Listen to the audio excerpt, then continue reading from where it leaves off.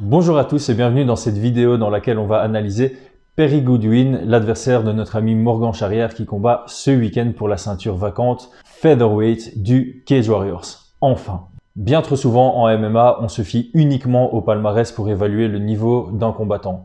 Perry Goodwin pointe peut-être à 10 victoires pour 7 défaites sur Sherdog, mais cela ne reflète absolument pas son niveau qui est vraiment excellent. Il n'a affronté que des bons adversaires et ses 4 derniers combats étaient pour le moins très impressionnants. Analysons ça en vidéo maintenant. Perry Goodwin est un adversaire coriace, durable, qui sait encaisser et rester dangereux tout au long d'un combat. Stratégiquement, il aime se mettre lui-même dos à la cage. On le considérera comme un fighter qui travaille de l'extérieur, majoritairement en contre. Mais c'est là qu'il devient tricky dans son approche.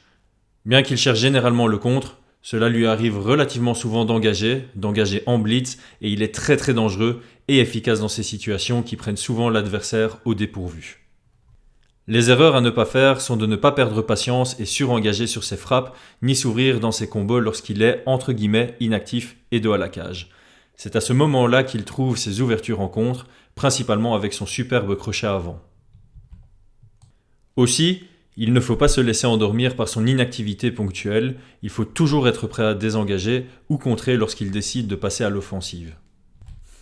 Un profil tactiquement comparable est Tyron Woodley, qui lui aussi travaille sur l'extérieur et possède une capacité d'exploser soudainement.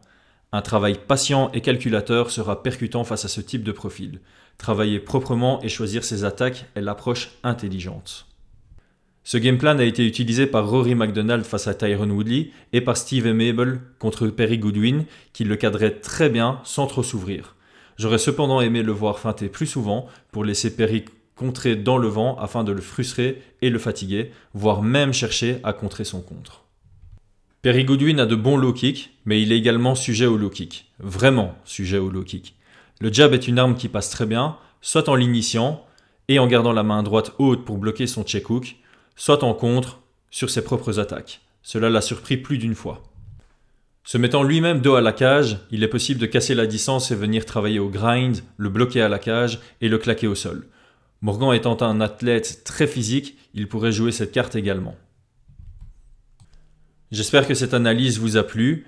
Petite note finale, Perry Goodwin ouvre très souvent ses combats sur un low kick. Cain Velasquez avait analysé la même chose chez Bigfoot Silva. Il l'avait anticipé et avait gagné son combat très rapidement. So, who knows?